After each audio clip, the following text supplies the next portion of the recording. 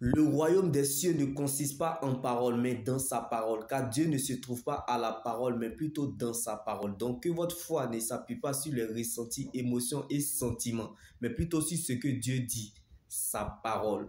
Car la foi, elle ne regarde pas à ce qu'elle voit, mais elle s'attache plutôt à ce qu'elle croit. Donc ne regarde pas à ce que tu vois, mais regarde plutôt à ce qu'il t'a dit. Que ta foi soit ferme dans une fidélité absolue, dans la persévérance soutenue par une adoration agréable à Dieu. Car la foi ne dépend pas du bruit des circonstances, mais du silence de Dieu. Car ce que Dieu fait pour nous dans le secret est plus grand que ce que nous regardons ou traversons. Donc les grands combats se gagnent dans le secret. Comme Jésus est né dans une mangeoire, mais il a marqué l'humanité. Ta réalité n'est pas la finalité. Car ce n'est pas les circonstances qui déterminent ce que tu deviens, mais ton attitude. Ce n'est pas les circonstances qui déterminent ta fin, mais c'est ce que tu es. Tu le deviendras. Donc, tu ne deviendras pas autre chose que ce que Dieu a planifié, programmé, décidé.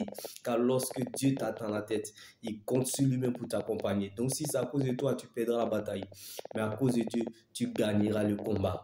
L'homme spirituel ne tient pas compte du commencement, mais il marche vers la fin. Donc, malgré l'adversité, la contradiction et la persécution, attache-toi à ce que tu crois. Car là où la main des hommes s'arrête, c'est là où la main de Dieu est disponible pour toi. Celui qui a fait le testament est vivant. Donc ce n'est plus ton combat. Car Christ a été ressuscité pour toi. Il y a encore de l'espoir. Tant que Jésus vit pour toi.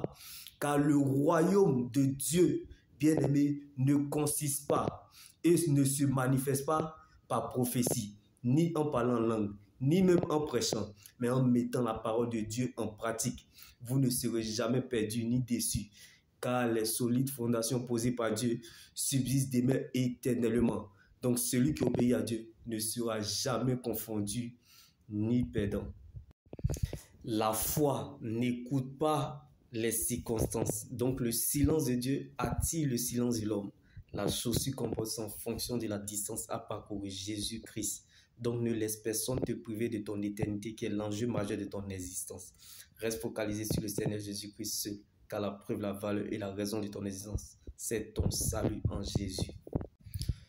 Donc, quelle que soit votre position, Dieu n'a pas changé sa position. Donc, la parole de Dieu est notre position. Alors, soyez consolés depuis votre position dans le nom de Jésus-Christ.